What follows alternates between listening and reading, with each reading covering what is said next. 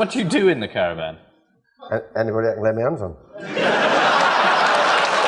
Welcome to Watch Mojo, and today we're looking at 10 criminals who lied to everyone on TV. The detective frantically tried to call the police department and let other detectives know that he was on television so that they could turn it on and see him. Liu Hao. Just when Liu Hao thought he'd gotten away with murder, a dating show sealed his fate. Appearing on a Chinese matchmaking program, Liu wowed the audience with his beautiful voice and confident performance. Out of 8 bachelors, 1 woman chose him, completely taken by his charm. What she didn't know was that he was wanted by the police for a murder committed 13 years earlier. His undoing came not from investigators, but from a viewer. Someone watching the show recognized him and sent in an anonymous tip. Soon after, Liu was arrested based on that lead. It's unsettling how someone can appear charming and ordinary when beneath the surface, they're anything but. Susan Smith. This case remains one of the most chilling examples of televised deception. In 1994, Susan Smith reported that her car had been hijacked by a black man while her kids were strapped into the back seat. They were screaming, hollering, crying, and I'm just scared that he just lost his patience or something. The claim sparked massive search and intense media coverage. Smith even appeared on national television, tearfully begging for her children's return. That they please bring them home to us where they belong. But under questioning, she finally confessed the truth. There had been no carjacking and no stranger. Smith had rolled her car into a lake, drowning her sons, then invented a story to deflect suspicion. What was her motive? She reportedly wanted to maintain her relationship with a local man who wanted no children. After 2 hours of deliberation by the jury, Smith was sentenced to life in prison. Susan Smith has been arrested and will be charged with 2 counts of murder. Francois Vero. In 2019, Francois Vero appeared on a popular French game show, calmly telling the host that he helped keep walkers safe in Paris parks. But he was the exact opposite. In fact, Vero was a serial killer responsible for at least 3 murders between 1986 and 1994. Known as the Pockmarked Man, he evaded capture for more than 30 years, while living a double life. His undoing came in 2021 when police requested a DNA sample as part of an investigation linked to his first victim. Vero vanished and was later found to have taken his life. In the note he left behind, he confessed to his crimes. Yet there he was, on television, pretending to be a heroic figure. Wallace Souza. How far would you go to boost the ratings of your TV show? For Wallace Souza, the answer was terrifying.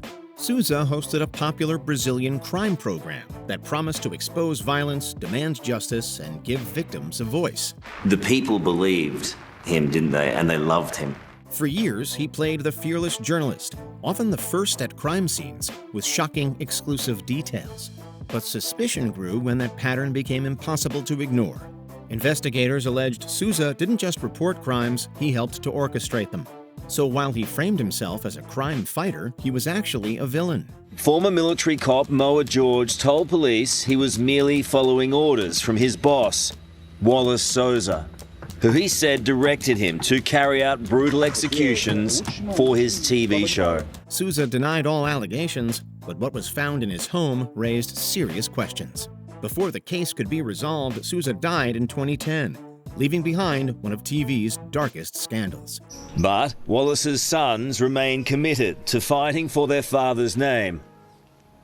That's all they have left. Chris Watts. For bizarre reasons, Chris Watts murdered his own family, then played the role of a devastated husband on national TV. If you're out there, just come back. Like, if somebody has her, just please bring her back. His crimes unraveled thanks to Shannon's friend, who raised the alarm when Shannon stopped replying to her messages. When police checked Watts' home, they immediately sensed something was wrong. Shannon's purse, medication, car, and phone were all still inside. Yet, even as suspicion mounted, Chris claimed he had no idea where his family had gone. The last time I talked to her was this morning. She said she was going to take the kids to a friend's house, and that's where she was going to be. The truth was far darker. He'd already killed them, believing it'd make starting a new life with his girlfriend easier. Scott Peterson followed the same chilling pattern, playing the grieving husband while hiding the truth. Richard Satchwell also pleaded for his wife's return when he'd murdered her. one way or another, this will all come out, and in time it'll all prove that I've done nothing wrong. John Cooper. In 1989, John Cooper appeared on the popular British game show Bullseye, watched by millions. No one could know that this charming Welshman was a double murderer. Calm and ordinary, he told the host he loved scuba diving. But what Cooper really was a serial killer, responsible for killing at least 4 people. Just weeks after appearing on Bullseye, he murdered Peter and Gwenda Dixon.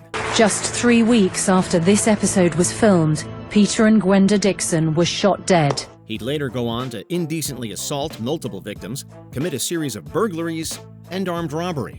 During a renewed investigation in the 2000s, his footage on Bullseye and an old composite sketch was later used as evidence against him. In 2011, he was sentenced for his crimes. Cooper thought he was invisible on TV, but he is now forever remembered as the Bullseye Killer. The skillful combination of forensic investigation and interrogation meant that the cold case which had haunted a community could be closed. Stephen Port. Seeing Stephen Port on BBC's Celebrity MasterChef, you'd think he's just another ordinary chef. In reality, though, Port was a serial killer who murdered 4 men between 2014 and 2015 in London.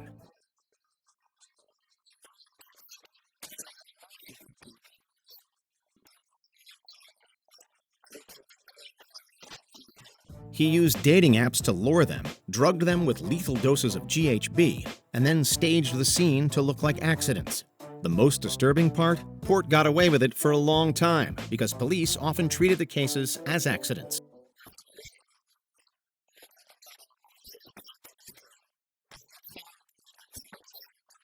In 2016, however, he was found guilty of 4 counts of murders, alongside other sexual offenses, and got a life sentence. Looking back at his appearance on the show, it's a chilling reminder that even the worst monsters don't always look like one.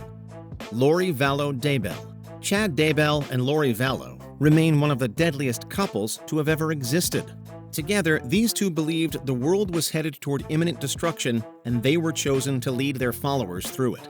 Vallow believed she had a divine mission and that her family stood in the way of it. That's how she rationalized murdering her own little ones and others. Tammy's death was odd from the beginning.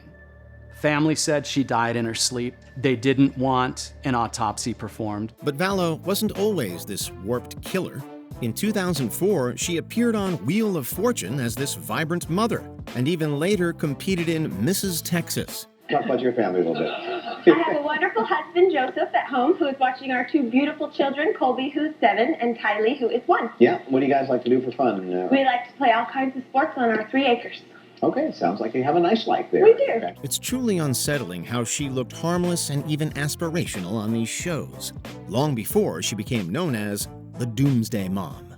Lorie Vallow Daybell was convicted of murder, conspiracy, and theft last July. She was sentenced to life in prison without parole. Rodney Alcala. It takes a chilling mix of audacity and detachment to appear on a popular dating show while in the midst of a murder spree. That's what makes Rodney Alcala's case so disturbing. In 1978, Alcala appeared on the dating game show as this confident guy watched by millions. Please welcome Rodney Alcala. Rod, welcome. The show host even described him as a successful photographer, and he even won the competition. But Cheryl Bradshaw, the episode's bachelorette, sensed his creepy vibes and refused to go on a date with him. Can you be a little more descriptive? Peel me. Good call, because this same man was later linked to 9 murders, even though he may have killed as many as 130. Doesn't it make you wonder how many twisted people are hiding in plain sight without ever being suspected? Thinking back on it, it was very spooky. Before we continue, be sure to subscribe to our channel and ring the bell to get notified about our latest videos. You have the option to be notified for occasional videos or all of them. If you're on your phone, make sure you go into Settings and switch on your notifications. Jimmy Savile. Known for being a tireless fundraiser and a hospital volunteer who made children's wishes come true, Jimmy Savile was the last person you'd suspect of being a predator. He senses an evil presence. He senses an evil presence? Yes. Who could that be? He built this public image that invoked trust, yet his kindness was a camouflage. For decades, Savile sexually assaulted hundreds of women. The scariest part is that his crimes happened in places he should never have had unchecked access. Victims were afraid to speak up, and institutional failures within the BBC didn't help matters either. You used to be a wrestler, didn't you? Is that right? I still am. Oh, yeah. I'm feared in every girls' school in this country. It wasn't until after his death that the full scale of his abuse was revealed. His honors were revoked and his TV appearances pulled. But nothing can undo a lifetime of deception and wickedness. May God forgive me, but I hope he's in hell. Who is the biggest liar of them all? Drop your thoughts in the comments section.